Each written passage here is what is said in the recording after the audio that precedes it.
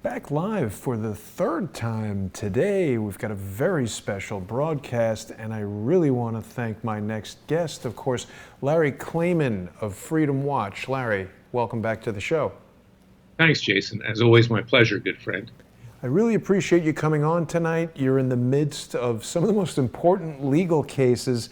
I mean, let's face it, in history, and you're taking time out of your schedule to come discuss these legal matters with us and the audience, so I really thank you for doing that. I also want to make sure that everybody knows we're going to be discussing some sensitive things, so before we begin, Larry, if there's anything that I touch on that might have an impact on the legal case that you can't speak about for whatever reason, obviously just let me know that and we'll move on. I want people to remember that it's really important that Larry has our financial support.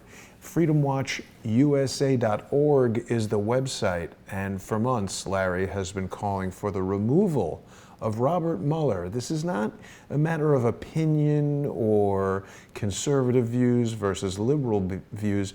Robert Mueller is engaged in a very specific process that is governed by law, but oddly, the law is not being applied. What is going on there, Larry? There are a couple things that are going on right now. I've dealt with a special counsel recently.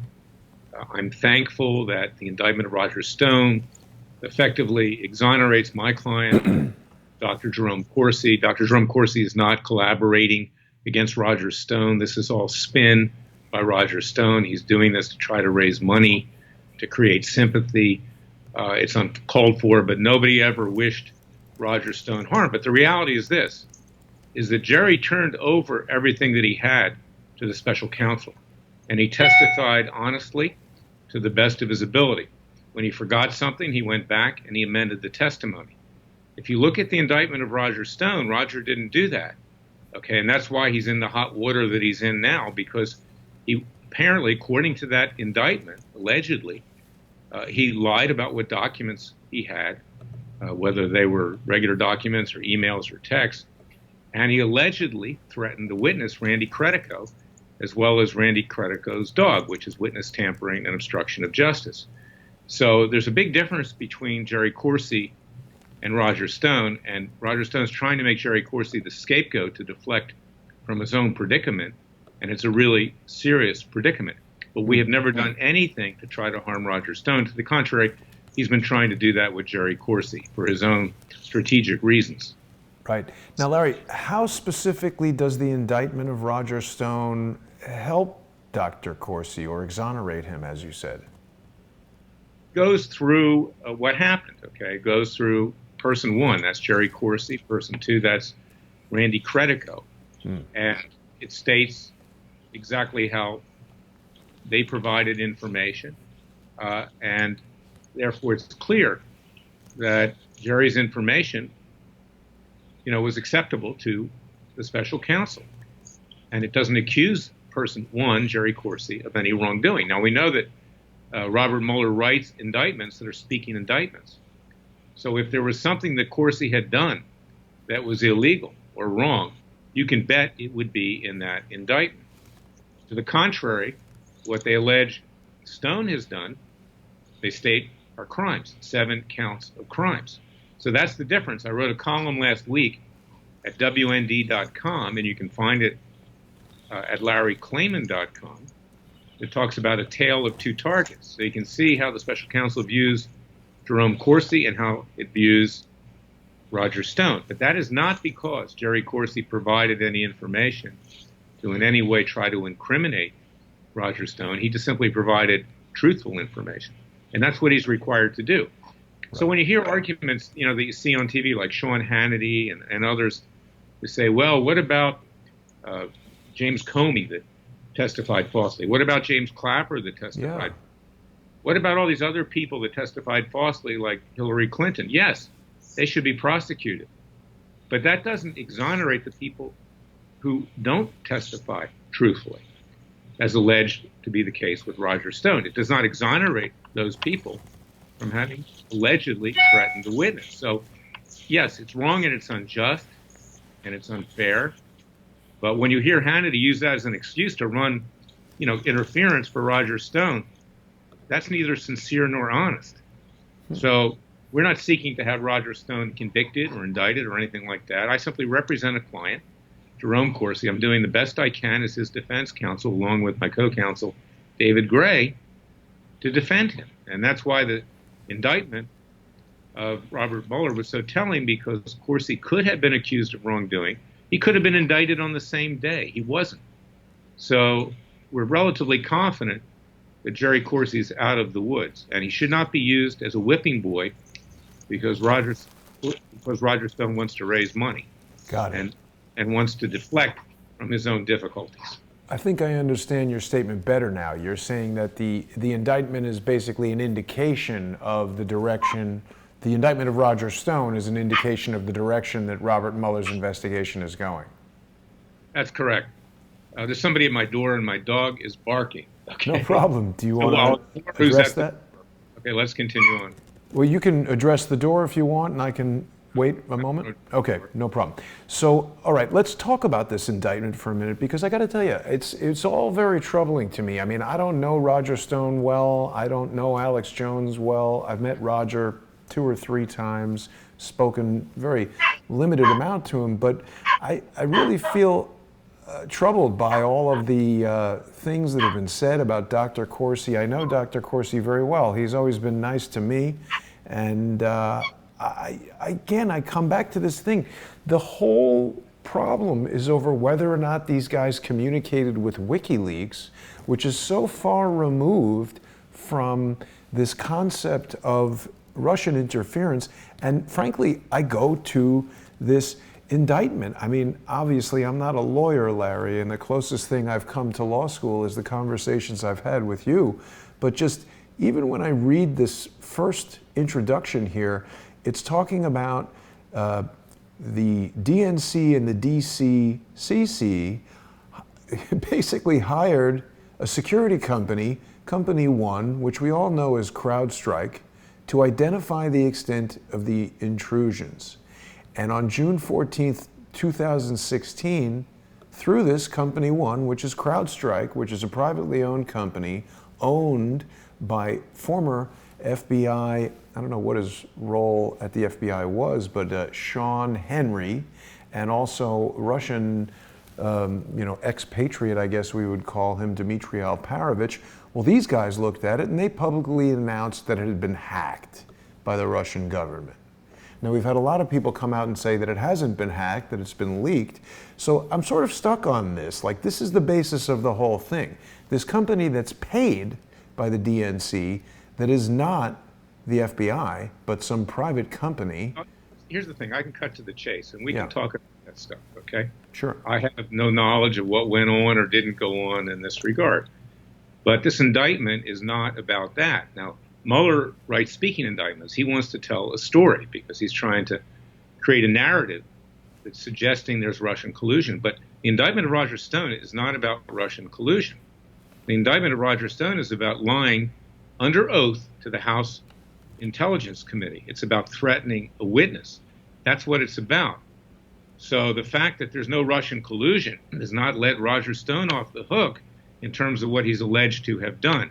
And you might remember that we, impeached a president, Bill Clinton, for lying about, his relationship with Monica Lewinsky. I mean, in the overall circumstance of things, I don't think anybody today cares whether he had a relationship or not. Maybe they sympathize with him, given, Hillary Clinton. I'm not condoning extramarital affairs, believe me. But that's not what this indictment's about. Right. And it doesn't let Roger Stone escape the charges that he's got because there's no Russian collusion. That's the problem. So if Roger Stone had amended his written statements, which I presume was he given the opportunity to do that, why would he not do that? You're saying Dr. Corsi had forgotten. They do this interrogation technique where they try to trap these guys in statements that they can later say, oh, you lied.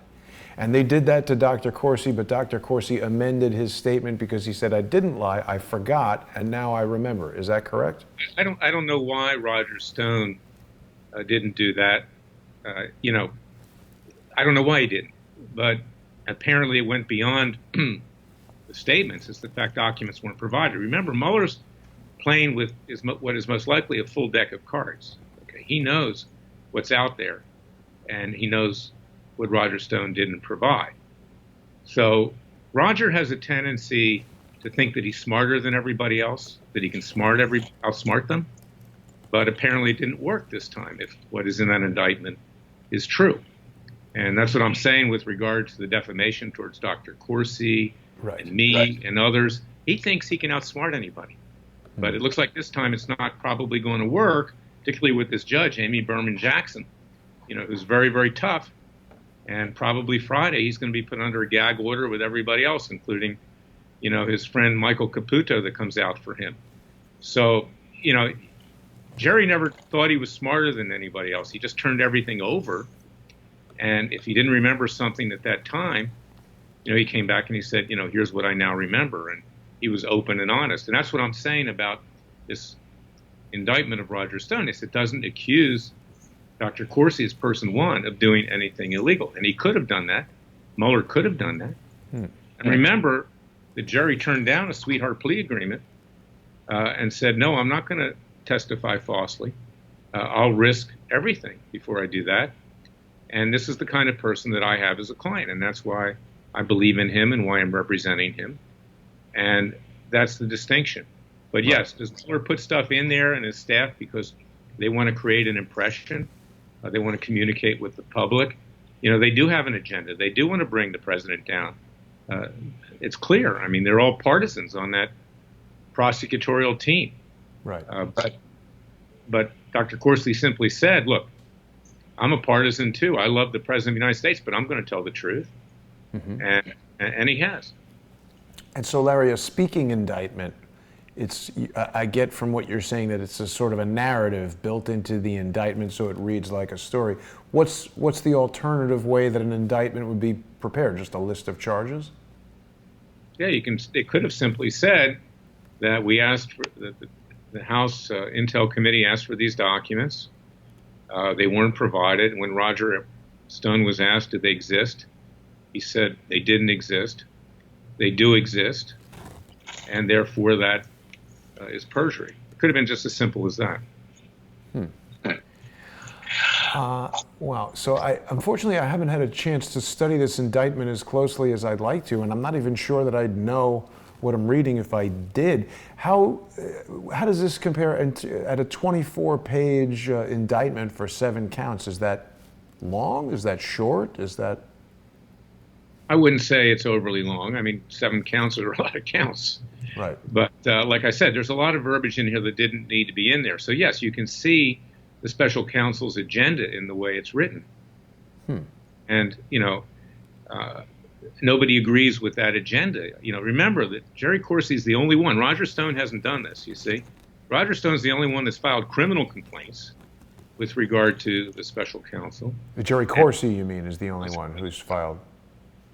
Jerry Corsi, the only one who's done that. And then he filed a civil complaint for $350 million. It was amended in the Washington Post, and its owner, Jeff Bezos, were included. So Jerry put his money where his mouth is. Okay, Jerry's not just mouth. He actually does something. So he's fighting back on behalf of not just himself, but the people of the United States, and trying to protect the president in an appropriate and legal way.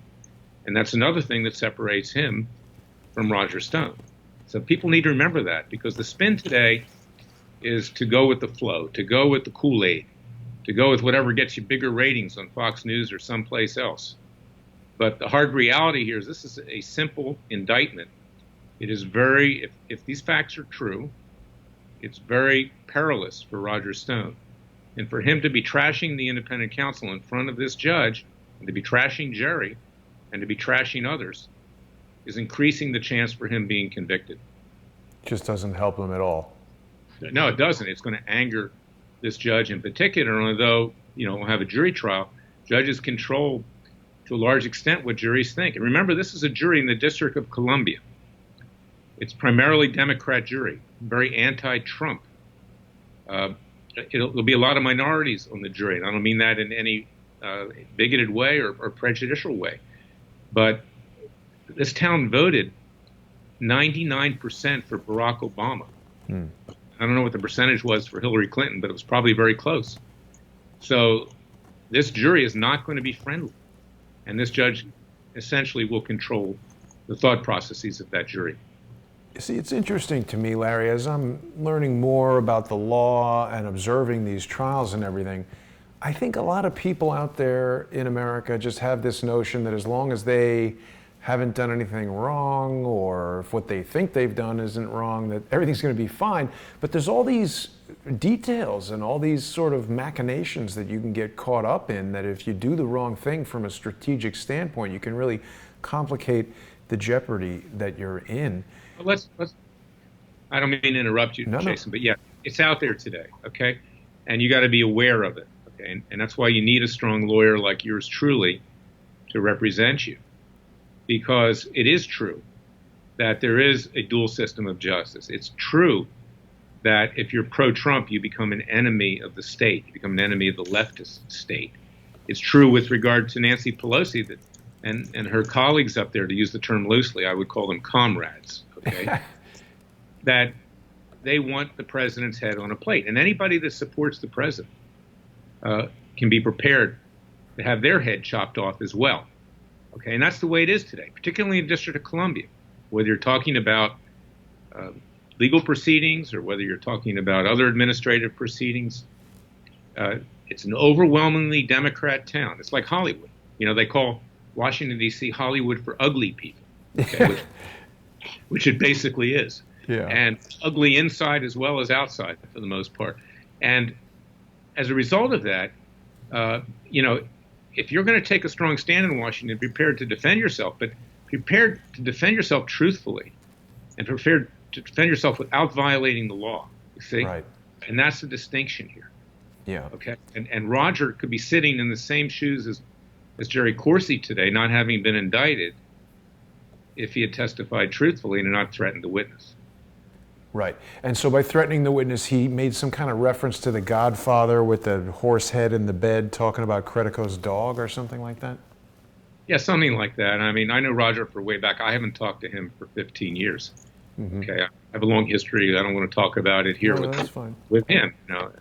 But, you know, I know the person that he is, okay, and that's why I have nothing to do with him anymore. But, you know, he revels in the fact that his heroes are Roy Cohn, and his heroes are Hyman Roth and The Godfather, which was Meyer Lansky. Okay? And that's why he uses these mafia analogies, because he actually thinks that's great. But wasn't Roy Cohn somehow connected to Donald Trump as well? Doesn't Trump like Roy Cohn? I don't know. I never talked to Trump. Huh. So it's, you know, what I'm saying is that, I'll give you an example. The Republican Senator John Kennedy from Louisiana, you know, he's a very smart guy, and he talks, you know, like Southern lawyers talk, in common sense. And he issued a video the other day, I guess, comparing Roger to Beavis and Buckhead, and said, you know, how stupid can you be to talk yourself into an indictment? You know, and that's in effect what Roger did, because, you know, he so angered the special counsel, notwithstanding what he's alleged to have not told the truth about, and threatening a witness, that, you know, he gave them a big target to shoot at. So this is the part of this matter that's really troubling to me. I get it. An ultimate dirty trickster. I mean, who does that kind of thing? What? That's the reputation you want in life? Right. Well, I mean, certainly, you know, it could be poor judgment to idolize mafia characters. It could be, you know, not the best thing that you could do. But I think a lot of people are feeling troubled by this 29-officer raid on the home of Roger Stone. What does the law say about when they can and cannot? I mean, can the FBI just kick in anybody's door at any time? I don't justify it, but they, you know, when they did arrest him, they did a search of his house. They were looking for other evidence, you see, and that's the risk that Roger faces now. What do they have that they didn't have before from him? But when you're Jason, when you're idolizing the mafia, okay, and I'm not defending Mueller, that a reasonable person believe that you will respond to being arrested in a nonviolent way. Okay, if that is those are your idols. Okay, so put that in context. But yes, I think that the 29 were over the top, and I believe they could have executed the search warrant without having to do what they did. Right. And they would have done it before tipping off his lawyer, because they're not going to do that for fear that evidence is going to be destroyed. But they could have done it in a different way. Yeah, and that's scary. And that's happened to other people, Right. Similar circumstances have happened to my Bundy clients, in different contexts and everything else. I'm not in favor of that. But when you are boasting about the mafia and comparing yourself to that, then what are people to believe? Yeah, I mean, I know that Roger Stone has said that it was a joke. I don't think that's a valid defense or a reason to publicly threaten people. And I think it's a good bit of sort of maybe a lesson for people to understand that, you say something on the internet or on television, even if you think it's a joke, you can't go making public threats against people. I'm really troubled by this incredible overreach that the FBI is taking. And it does remind me of Klayman Bundy. I mean, it reminds me of what happened to Michael Moore. It just seems like the FBI and Robert Mueller are, wielding this power like a gang. Well, there's a world of difference between Klayman Bundy and Roger Stone. Okay, that Absolutely. has to be remembered. Okay, Absolutely. I mean, Klayman Bundy does not idolize the mafia. Okay? And there's a difference here. So remember that sometimes you get what you ask for. Right. And you beg it on. If you love the publicity and you want to flash a Nixon sign, I thought Nixon was a good president in many ways too. But yes, he was not a good president when it came to Watergate. And to have him, to walk out of the courthouse in Fort Lauderdale and flash the Nixon victory sign, when in fact Nixon hardly succeeded with a victory. Right. Disgrace. I mean, that's not real smart, unless what you really want to do is public relations and raise money and kind of be a wise guy. Okay, so wise guys sometimes meet their fate, and so they think they're smarter than everybody else. Yeah. And they find out one day that they're not. I'm troubled by this dual justice system, because when I think about some of the other cases that I've gone to see there at 333 Constitution Avenue, I think about this guy, Imran Awan, who, I presented evidence that he had a server at 4809 Sprayer Street. Nobody kicked in this guy's door to collect evidence. They wrote a sweetheart deal for him. It's just such a disparity, the way that, because see, the thing that I'm trying to get to, Larry, and I appreciate your feelings about Roger Stone and the strategic opposition that he's presenting to clients that you're representing. I'm not trying to sway your opinion or get you to say or do anything. I just feel that there's been a plan that's been carefully executed, first to malign Alex Jones, then to malign Dr. Corsi, to create this infighting and to disrupt what was going on at InfoWars, because of course, Dr. Corsi, Roger Stone, Alex Jones, these guys were colleagues, friends, associates, not that long ago, but somehow something has happened that's managed to disrupt all that, put them all in very serious jeopardy, and get them all working together. Let's set aside the details for a minute. From the outside, an observer looks at this and thinks they're all just making a mess out of it. Well, yeah, and see, I took the bait, and Jerry didn't take the bait, okay? The bait was handed over to him. Okay? He did not attack Roger Stone publicly. He did not do that. He never said he was happy to testify against Roger Stone. That was written by primarily leftist journalists, or people that were probably doing the bidding of Roger Stone at the time.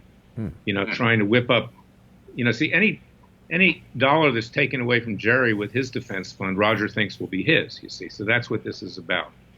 And therefore you make Jerry the victim, so nobody's going to support Jerry's legal defense fund. And, it always comes down to money, you see. So that's the motivation here. But I'm not justifying what goes on with the people that are protected in Washington, D.C., the elite. I'm not justifying how the left gets off scot-free, how it's conservatives that, generally are, and Republicans that are getting the screws. And, and our Republican friends on Capitol Hill, they just roll over and they just, let them stick the knife in. There's no problem with that. They're not too smart. They don't fight like the Democrats. Right. But Dr. Corsi never sought a divide and conquer approach here. But when you're attacked, when you're defamed, okay, then you have to fight back, you see? And that's the situation he was put in. Yeah.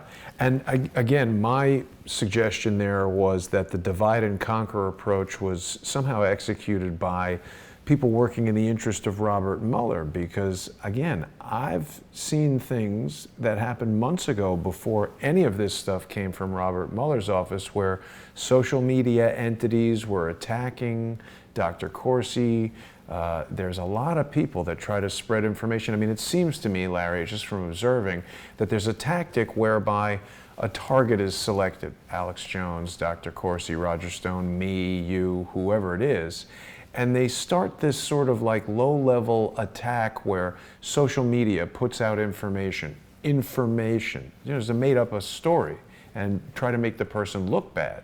And they want that story to get legs and to grow and to make its way into the mainstream media. It's been very successful with Dr. Corsi, Roger Stone, Alex Jones, all these guys. But it seems like an insidious process that relies a lot on social media. Have you experienced this at all? Yeah, of course. That is the case. And then you have a lot of people out there, and I'm sure you encounter them, Jason, not your good viewers, but many out there who want to be, quote, part of the action, okay? They want to be players, okay? So they have to try to insert themselves. They threaten you. They tell you they have information that's valuable, and then if you think they're Looney Tunes and should be on Pluto, they get very upset, okay? So, I mean, there are people like that out there. And they sow discontent too. Most people are very good people, and they want to be helpful. But there are some people out there that are just agitators that want to create issues for people.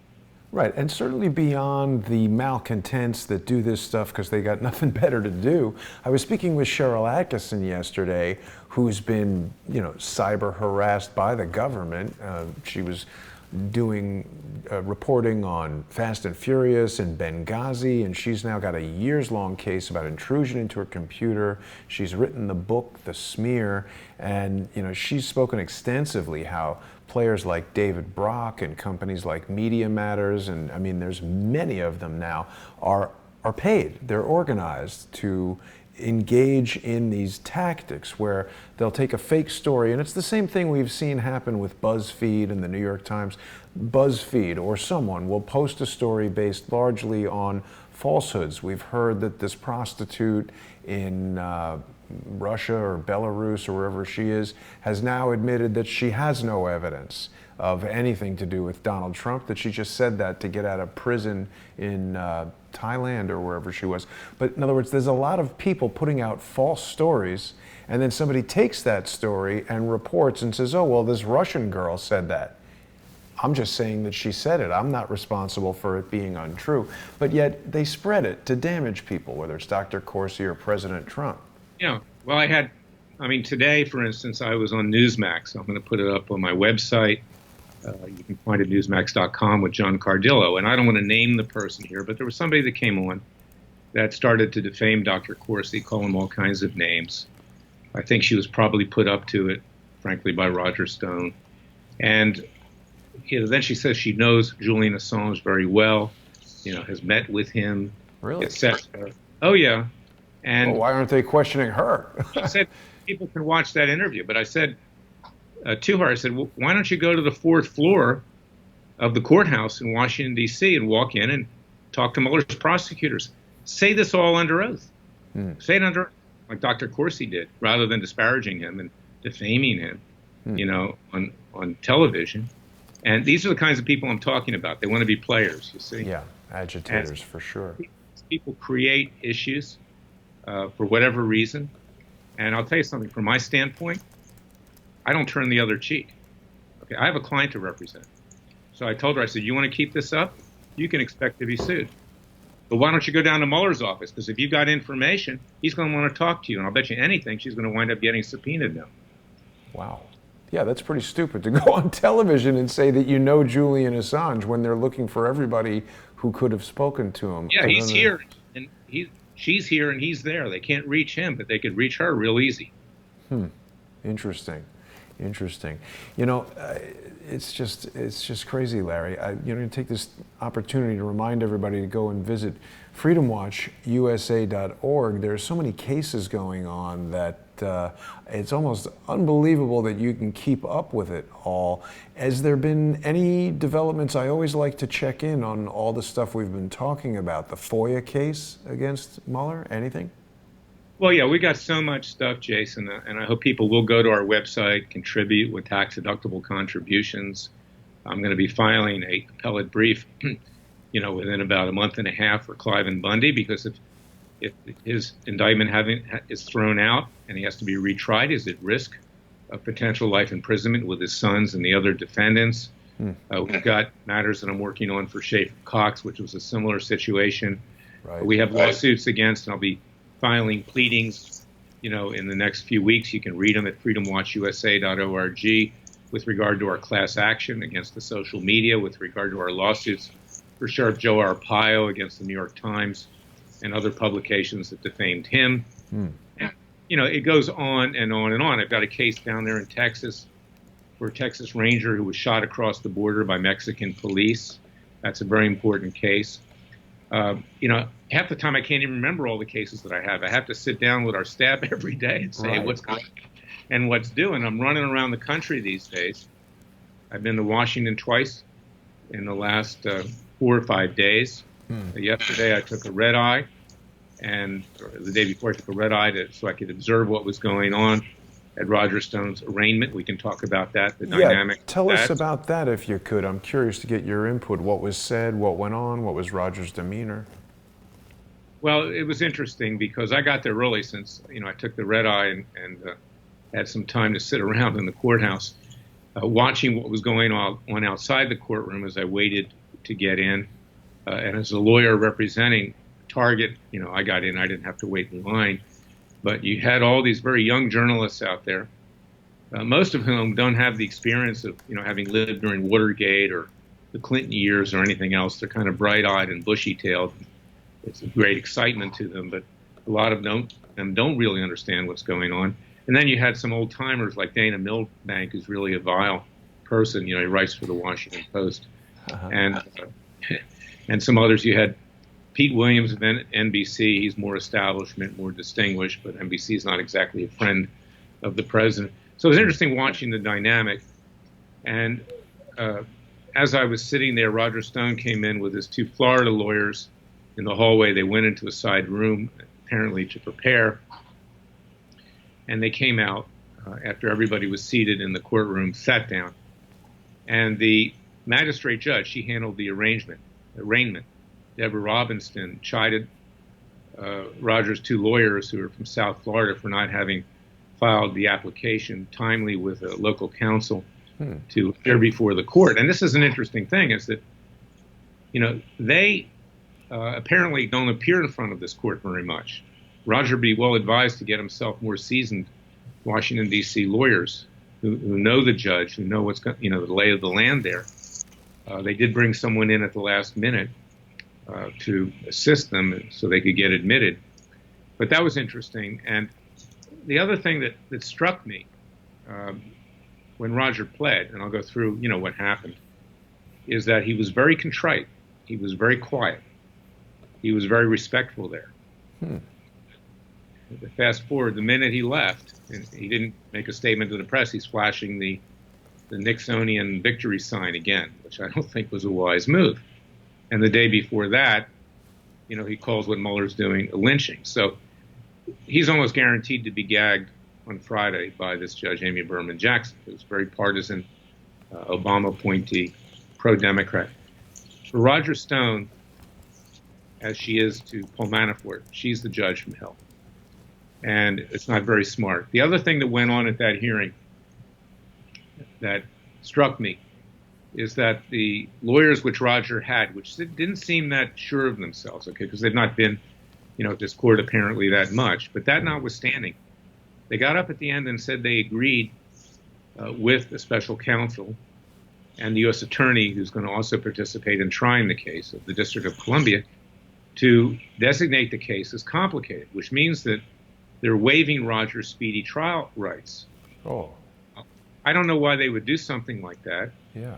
Because the more time you give Mueller, given everything that they took out of Roger's house and what else they may be working on, interviewing witnesses, the more time you give them to indict Roger for something in addition to what he's already been indicted for. So that'll wind up in front of Amy Berman Jackson, too. So that didn't make sense to me because the indictment, and people should read it, you can see it at larryklayman.com or CoursyNation.com, is exceedingly simple. It is not complex. Again, it's what we went over before. I don't need to relate it. It's not testifying truthfully. It's not, and it's threatening the witness. That's simple and straightforward. And I very much doubt that Judge Jackson is going to agree to designate this case as complicated. And you have to ask yourself, did Roger's lawyers agree to that because they're not prepared? Okay, because they don't feel comfortable right now. But if that's the case, Roger would be well advised to get himself lawyers who are prepared to move aggressively to trial, because I don't think it does him any good to delay this thing. And, you know, in the Bundy case, Klayman never agreed to it. Never agreed to what? To have the case declared complicated.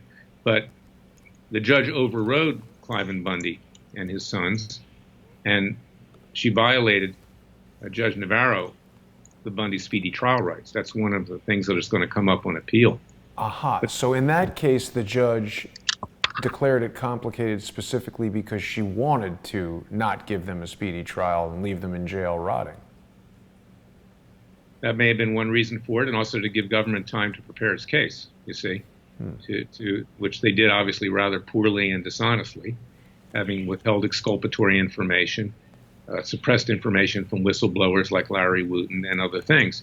But coupled with that is the fact that you had a top assistant U.S. attorney there from the District of Columbia who may be the one that tries this case, not the Mueller people, because they're not generally from D.C., except for Jeannie Rhee and a few others. And that may tell you that they want lawyers that have dealt with this judge to a greater extent and know the lay of the land in Washington, D.C.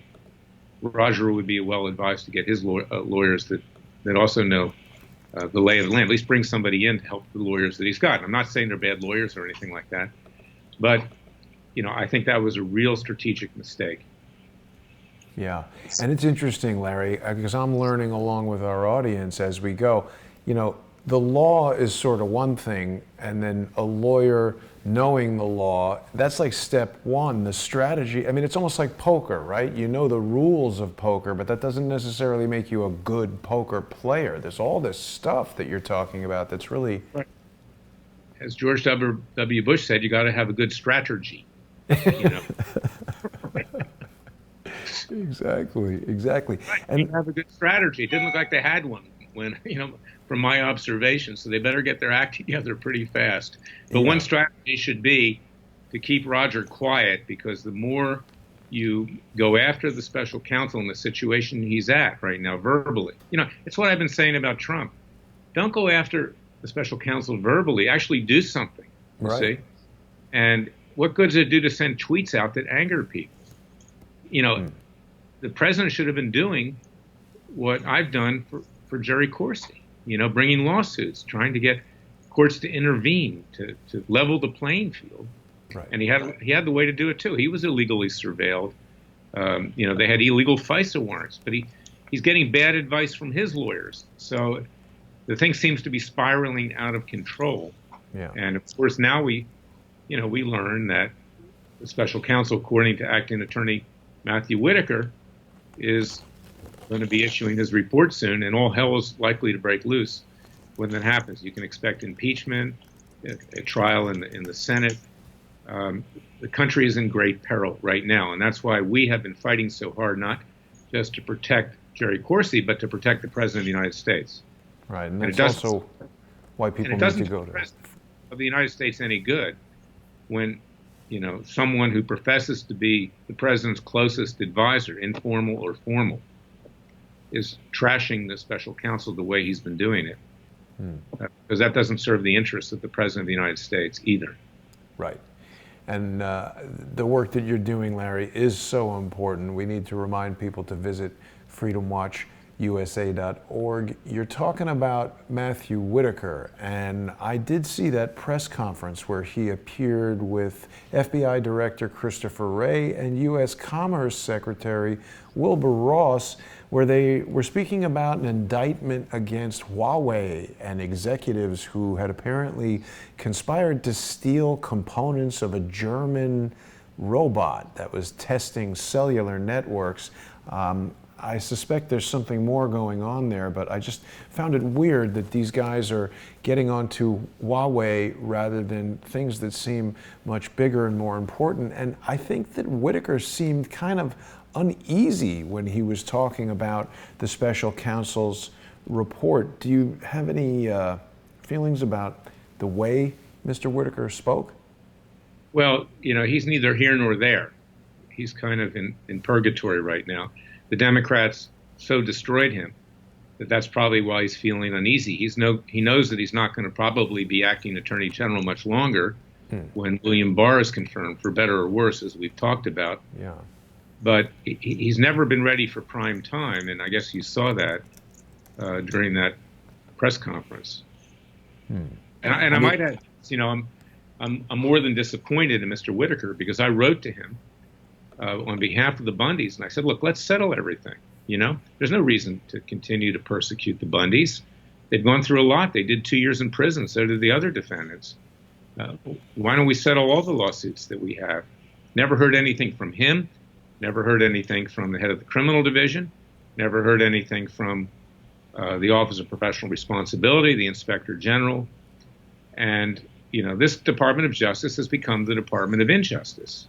And it is a really serious threat to the continuation of our democracy. And of course, Robert Mueller works under his direction.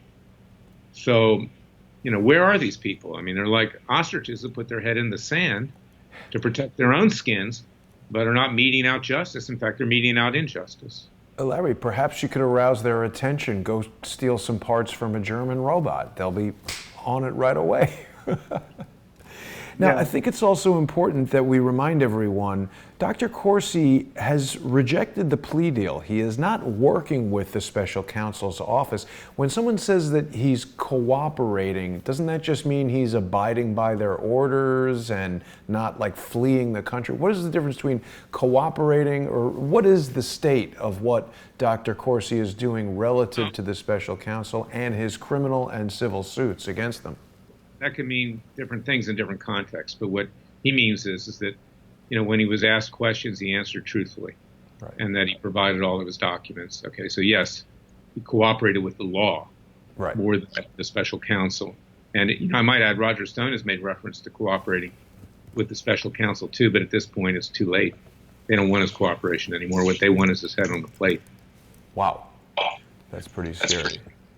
Now, you also mentioned William Barr, and I agree, he's pretty likely to be confirmed, although this kind of slid under the radar. His confirmation was delayed by Democrats, of all people, who are saying that this is what they're saying. They say that they delayed it because they have concerns that Barr may not allow the special counsel to continue unimpeded and publicly present his findings. I personally find that to be not true, and I don't think that he's going to do that. What do you make of the delay from the Democrats? Well, the Democrats, there's so many Byzantine rules in the Senate that, they had, by Senate rules, the right to delay. But it doesn't mean that Barr is not going to be confirmed as Attorney General, because in reality, he's the best friend of the Democrats, as good a friend as they ever had in Jeff Sessions. He said he loves Mueller. We know that his wife goes to Bible study with Mueller's wife. They're long friends. He says he's not going to rein Mueller in. He doesn't think it's a witch hunt. So this is all just a game. And, maybe they think they can get somebody better in there, but I don't think they'll get anybody better in than Bill Barr for their ends to take the president out. I think a lot of people are very concerned that the president is making some critical strategic errors that could really cost him the presidency. I mean, I've heard so much. It's like, that's what I'm getting at, is that the fanfare surrounding Roger Stone and the Nixon stuff and all the people outside the courthouse, you know, lock him up and all this. It just, we're so far away from what the actual infraction is. I mean, if we're concerned about the election being interfered with, why is Robert Mueller not going after John Podesta? Why is he not going after Debbie Wasserman Schultz or any of the people? And he should. And Jeff Sessions had the ability to order that. The acting Attorney General Whitaker had the ability to order that. William Barr has already hinted that he won't order that either. He won't. He won't. And, you know, he was asked that question, and he really dodged it. He did not want to respond to that. And why isn't the president doing this? He's the head of the Justice Department. He's the head of the executive branch. As long as he doesn't say that people should be indicted and convicted, he is perfectly within his rights to order an investigation. And he should have done that a long time ago. And now politically, it's more difficult for him to do it, but he still could do it. But the Democrats would use that against him, you know, to claim that he's using the Justice Department for his own ends. But that's not true. And attorney generals do have that right. Presidents do have that right. Presidents, you know, with U.S. attorneys, when they win the election, dismiss all of the U.S. attorneys. Okay, they have control over the Justice Department. And that's just a simple fiction that that's not the case. I mean, Bill Clinton famously fired all the U.S. attorneys and installed all those. I keep asking this question, and I know you don't know the answer, but it's so frustrating to see Donald Trump there not acting. Is there anything that we can do to, like, sound the alarm even louder than what we're sounding? That, I mean, Barr is the wrong guy. Could the president withdraw the Barr nomination if he wanted to? Yeah. You know, and I recommended another show that he appoint Bob Barr. Bob Barr is independent, you know.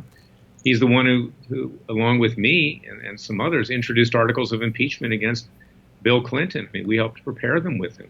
And then we participated with him in that regard. So he would be a very good man to do it. And Bob was the U.S. Attorney for the Northern District of Georgia.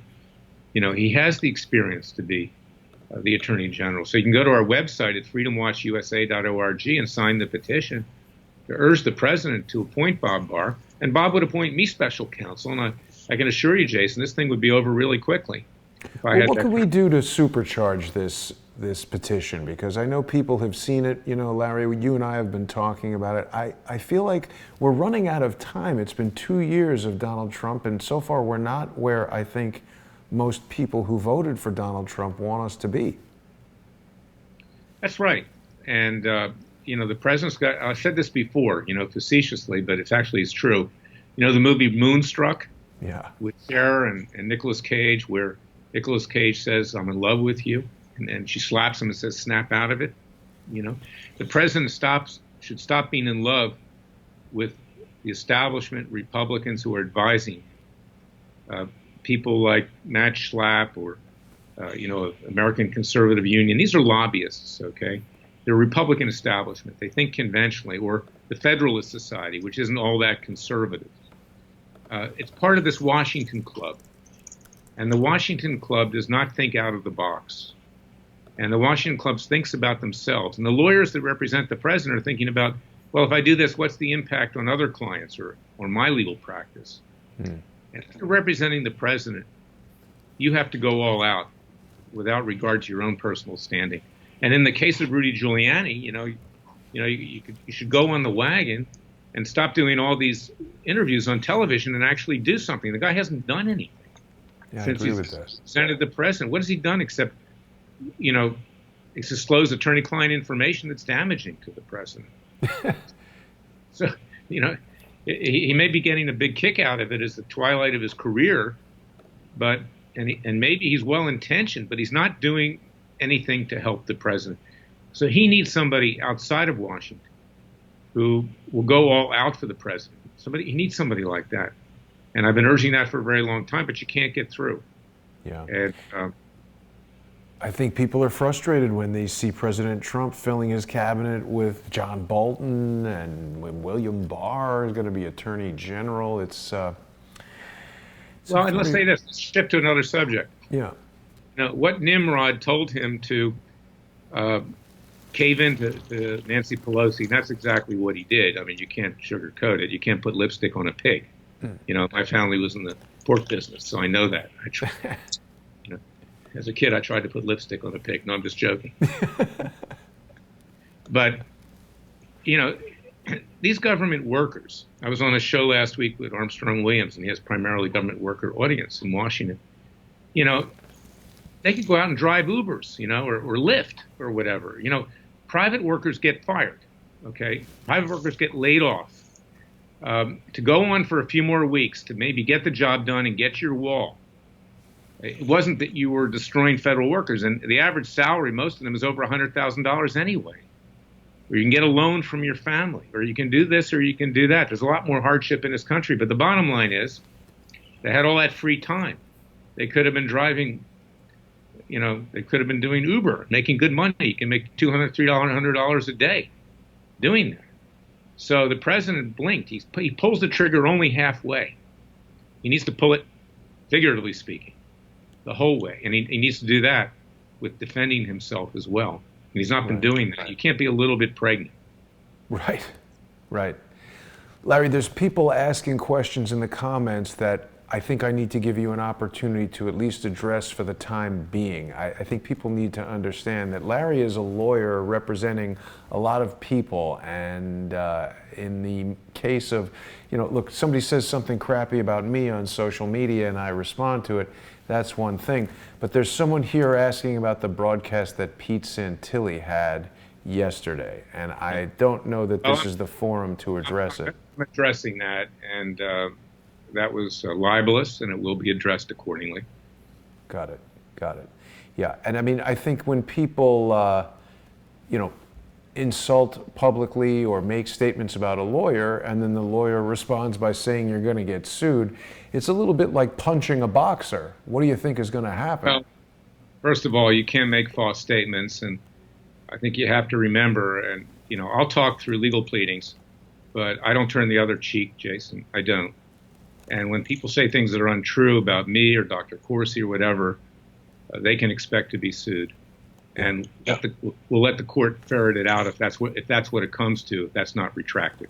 Right, absolutely. And of course, you're still representing Klayman Bundy in this ongoing matter where the Justice Department is trying to overturn the dismissal of their case and charge them again and throw them in jail. That's right. Yeah. So I'm doing a lot of different things today. And, you know, I'm a big target myself by people that want to have an axe to grind. I've always been that way. Yeah. But I'm not afraid. I believe in God. You know, I'm Messianic. Okay, so I believe in Jesus and the Father. I'm Jewish of origin. I'm proud of both. But I know that He's with me, and I will do, with His guidance, what I think is right. And when people do things to try to harm me or my family or anybody else, they can expect the full treatment. Yeah. Now, here's a reasonable question. Someone is talking about corporate personhood in regards to this issue. I don't know what that means. I don't know what that means either. Okay, that could be a stupid comment that somebody's putting in there. Well, Larry, we're close to the end of our hour, and this has been really enlightening in terms of filling people in on what's going on and the finer details of this whole Robert Mueller. I mean, calling it a witch hunt is almost just trite at this point. It really is a criminal investigation. What is stopping Donald Trump from just saying, hey, Matthew Whitaker, you're going to challenge the legal authority of Robert Mueller? It's just the politics of D.C. not wanting to go against the grain? Well, it's the establishment is giving him bad advice. His lawyers are giving him bad advice. But you know, I mean, he has to follow his instincts, and you know, he does need to stop tweeting. Tweeting is not doing anything. It's not. It's making matters worse. Right. And you know, when you get flacks like Hannity out there running interference for him, you know, and if he thinks that Hannity is going to be the line of defense, he can forget it. I'm bringing lawsuits for myself, for Freedom Watch, for Corsi, for other people. I'm talking with action, not with words. Words are cheap. Yeah. Words are cheap. Okay, and I'm not here to boost ratings on my website or anything else. I'm here to try to get a job done, and that's why I say, Jason, whether I'm doing the right thing or not, I do believe that I'm doing God's calling.